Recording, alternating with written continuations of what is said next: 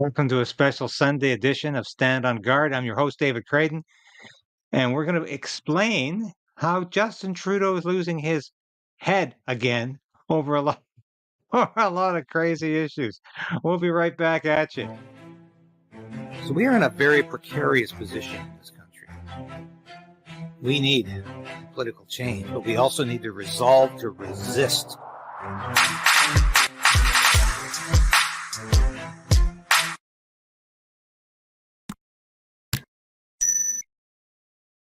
Thank you, Sasha. And like Sasha says, ring that bell. Please subscribe, share this station with your friends and your family. We've got to beat that algorithm. And actually, we did it with the last broadcast. Thank you so much for sharing and liking. I'm telling you right now because I'm always being told, don't forget to tell your dear listeners and viewers to like the broadcast at the beginning of the broadcast, not the end, which I always tend to do. Thanks very much for watching today. I hope your weekend was wonderful. And we're all back to work Monday. And work never really ends, though, when you're in the news business, does it? It really doesn't. But so what's Trudeau up to now? Well, I was talking last time about this hastily organized summit in St. John's, Newfoundland, between Canada and the European Union countries. They're talking about censorship and COVID-19, other imaginary pandemic, and they're talking about greenhouse gases. Yeah, climate change is really up there. But Trudeau took the opportunity to blame all of his problems, but more specifically, to blame MAGA Republicans. Yes, MAGA Republicans are for the Conservative Party in Canada not supporting Trudeau's free trade deal with the Ukrainians. How does that compute? I don't get it. Well, he doesn't either. But let's just listen to him here as he struggles to explain. The real story is the rise of a right-wing American MAGA-influenced thinking that has made Canadian conservatives, who used to be among the strongest defenders of Ukraine, and I'll admit it, turn their backs on something Ukraine needs in its hour of need. That is the danger of the rise of the right-wing influence that is feeling its impact in Canada. That's what not just Ukrainian Canadians, but all Canadians should be concerned about. Ukraine continues to need support for their defense. That's why today I'm announcing that Canada is donating over 11,000 assault rifles and over 9 million rounds of ammunition. Holy, you know what? 11,000? Come on. Assault rifle? More equipment that's going to go into the black hole of Kiev. Yes, that's where it's all going. And where does he get off suggesting that Poilievre and the Conservatives are somehow beholden to MAGA, US-style politicians, Trump supporters? What is this? This is nonsense. I mean, I happen to support a lot of the things MAGA stands for, and I happen to think Donald Trump was a much better president than Joe Biden. But if I'm opposed to the war in Ukraine and giving Ukraine a blank check every time they put their hand out, it's because I think it's a hopeless struggle, it's a hopeless war, and we can't afford any more buyouts. And a free trade agreement at this stage with a regime that's teetering on the brink of collapse, that is so corrupt. All of its top leaders are making plans to leave the country when the war is over and they're defeated with a bundle of money. We've sent billions. We don't have no idea how much of that has actually gone into so-called humanitarian assistance and how much has gone in the pockets of the politicians and the oligarchs. Probably most of it. And a lot of these arms we're sending them or they're buying are being sold to third parties. And that which we have given them has been obliterated by the Russian army. I don't think Canada has a single Leopard tank left. We've given them all to Ukraine, and they have promptly seen them all destroyed on the battlefield. Hundreds of thousands of young Ukrainian men have died. Now they're using middle-aged men and women in this conflict. And Ukraine is not going to win, and we're not in it for as long as it takes because the war is going to be over. So Trudeau is just consistently blaming mythical enemies, not only because the Conservatives said, no, we're not going to support a free trade agreement that you've stuck a carbon tax into, and because a free trade agreement at this point is absolutely a farce. It's going to do absolutely nobody any good. And besides, we have literal free trade with Ukraine, don't we? We just keep giving them money and armaments. That's the free trade agreement we already have with Ukraine. So this is nonsense. Trudeau knows this. But here's one of the pit bulls of the Liberal Party, an MP, Liberal MP from the Kingston area, who never has an intelligent thing to say. And just listen to him here. Thank you very much. And, you know, I think what Canadians really need to reflect on right now is where Mr. Poilievre has taken the Conservative Party of Canada. We have now seen, not once, but twice in the last 2 days, the importation of this far right-wing American-style politics that's traditionally been occupied in the space of the MAGA movement. We're now seeing this being imported into Canada. Why on earth would the Conservative Party of Canada and their MPs turn their back on Ukraine right now in their time of need?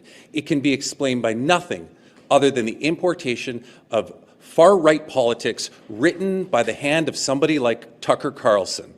I strongly encourage all Canadians to reflect on this. We are at a pivotal point in our democratic process, our democratic institution right now, where we're seeing a pivotal shift, and it's something that we seriously need to reflect on. Oh, that's even better, isn't it? Tucker Carlson's to blame for this far right shift in the Conservative Party's foreign policy. This is such nonsense. And of course, it's U.S. style. The Liberals have been using that for years. Anything they don't like is U.S. style, such as vetting people for the Supreme Court like they do in the U.S., instead of having one prime minister make that decision. So we have liberal judges for decades. They have to be vetted in the United States by the Senate. When Stephen Harper suggested that maybe justices should be vetted, it was called U.S. style. And just like anything that makes sense to conservatives and common sense people is U.S. style to liberals. And Garrison is just once again talking crap, rubbish, nonsense off the top of his flat head. And I just cannot believe anybody is going to buy this. But here's an interesting take on this. And before I get to this clip from Miranda Devine, who works for the New York Post, very good columnist. And you'll notice she doesn't get a couple of the names pronounced properly here, so I don't think Canada's her beat necessarily, but she has some nice, incisive and insightful analysis. I want to say that my maternal grandmother was Ukrainian. I grew up listening to stories about the famine that killed perhaps 10 million Ukrainians and Russians in that part of the Soviet Union. And from 1930 to 32, it was a virtual genocide. I hate to use that word, but it was a genocide against farmers. Most of them were Ukrainian. And it was all for the promotion of Stalinist collective farm policies, and they stole all of the grain from the farms and put it in the cities, and the farmers and their families starved. Now, I know all about that. And when Ukraine gained its independence from the former Soviet Union, I applauded. In fact, I was very good friends with a former Ukrainian ambassador to Canada. I used to go to all of the receptions at the Ukrainian embassy in Ottawa. I worked for a member of parliament briefly who was the president of the Canada-Ukraine Friendship Association. So I'm no enemy of Ukraine. I'm an enemy of this war because it's a pointless war and because Zelensky is an autocrat and a clown. who prances around the world in his combat fatigues and army shirt pretending to be a military leader when all he is an actor, just like Justin Trudeau. And just constantly has his hand out for more money, which is going into the coffers of the oligarchs and the corrupt politicians in his government. He is a dictator. Ukraine is not a democracy. This is not a war about freedom or the survival of freedom or another war to end all wars, all of that crap we heard in the First World War. This is a war that needs to end. And it needs to end now before it becomes a nuclear confrontation, as it almost has so many times over the last year and a half. And I want to say that because I don't want anyone saying that I'm promoting Putin talking points, or I don't like Ukraine, or I'm anti-Ukrainian. I want Ukraine to be a true democracy, but it cannot be a member of NATO. That is just so stupid.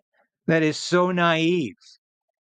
You cannot be a country neighboring Russia and belong to an alliance that is still hostile to Russia. Canada had to be a member of NATO because it is the northern neighbor of the United States.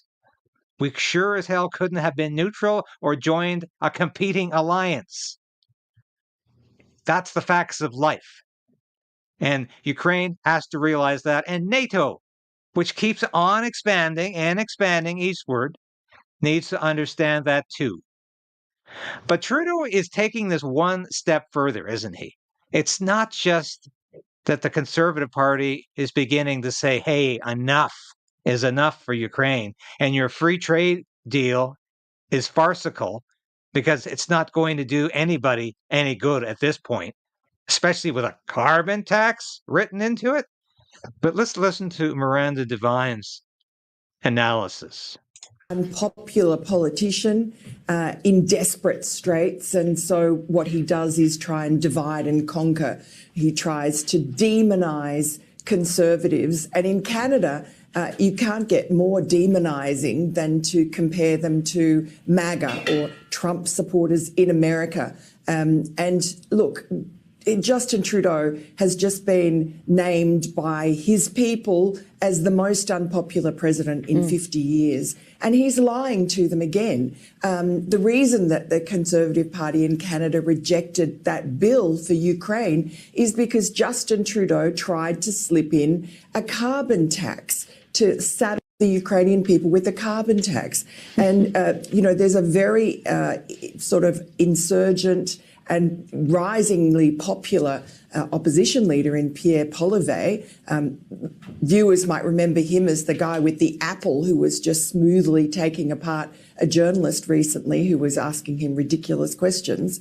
And he's obviously surging in popularity, and all that Trudeau has is to try and liken him to Donald Trump, as if that is going to somehow fix his own problems. As usual, these politicians on the left do not look at themselves and the terrible policies that have impoverished and damaged their citizens. They just try and point the finger at the other side. Of course, it's Prime Minister Justin Trudeau, not President, and it's Poilievre, not Poilievre. But otherwise, Miranda's right on, spot on with this analysis. It's Trudeau again demonizing his opponents. What did he do during the Freedom Convoy? Yeah, they're a bunch of marginalized extremists. And somehow they were white supremacist, racist, and misogynistic. Yeah, even though they're also claiming one of the leaders of the Freedom Convoy was a woman. Once again, consistency is not in the cards for the Liberal Party or Justin Trudeau. Hypocrisy always is.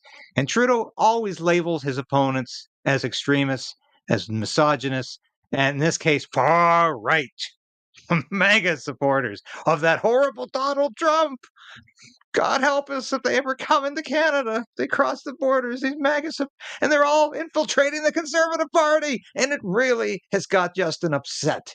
Yes, so he's very upset. He might start calling the Conservatives Nazis again, just like he called the Freedom Convoy protesters Nazis. And yet he's the one that invited a Nazi to sit in the parliamentary gallery and get two standing ovations, not just one, but two. Trudeau was the one who had the Nazi here and blamed it all on the former speaker. It was all his idea, all his fault, and he's going to resign for it. And I had nothing to do with this, even though I met with him. And so once again, this is Justin Trudeau's blatant hypocrisy. MAGA, yeah, right. We can only wish, thank God we have people with backbone in this country, like the people behind the Freedom Convoy. And it was an organic movement, not some kind of controlled movement, but it was organic and it was beautifully developed. And it won some freedoms back for Canadians because Canadians still have spine when they're pushed against the wall. And that's why I'm saying to you, God, resolve to resist what Trudeau's doing to you, especially when it comes to our freedom of speech. But don't let him get away with this nonsense. When you're talking to your friends, or you're talking to your opponents, and they try to tell you, "Oh, you're part of that MAGA group, aren't you? You've been infiltrated by these MAGA supporters of Donald Trump," and just tell them, you can say what you want to say about MAGA, but the Conservative Party is offering a common sense proposal policy here. And we've got to start looking at why we're still giving billions of dollars and 11,000 assault rifles and all of our Leopard tanks to Ukraine when the war is going to be over and all of that material is already lost and the billions have been looted. I just want to touch on one other thing. This is dear and close to Justin Trudeau's heart: Chinese election interference. I encourage you to read this article that I just put up it was just put up last night in the Post Millennial, one of the publications I continue to write for in the new media.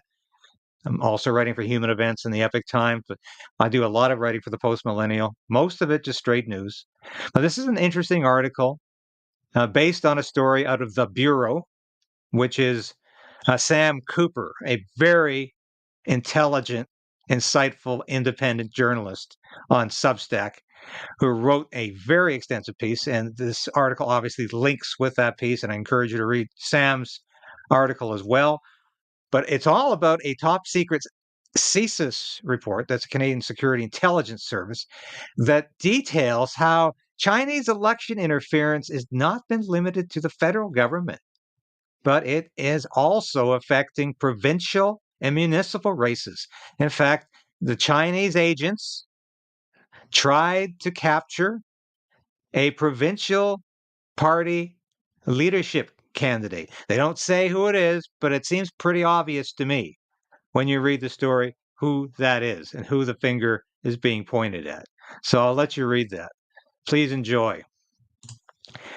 Anyway, that's all I've got time for today. Thanks for watching, and keep sharing, keep subscribing, and keep ringing that bell, because we're going to beat Trudeau's censorship one way or the other.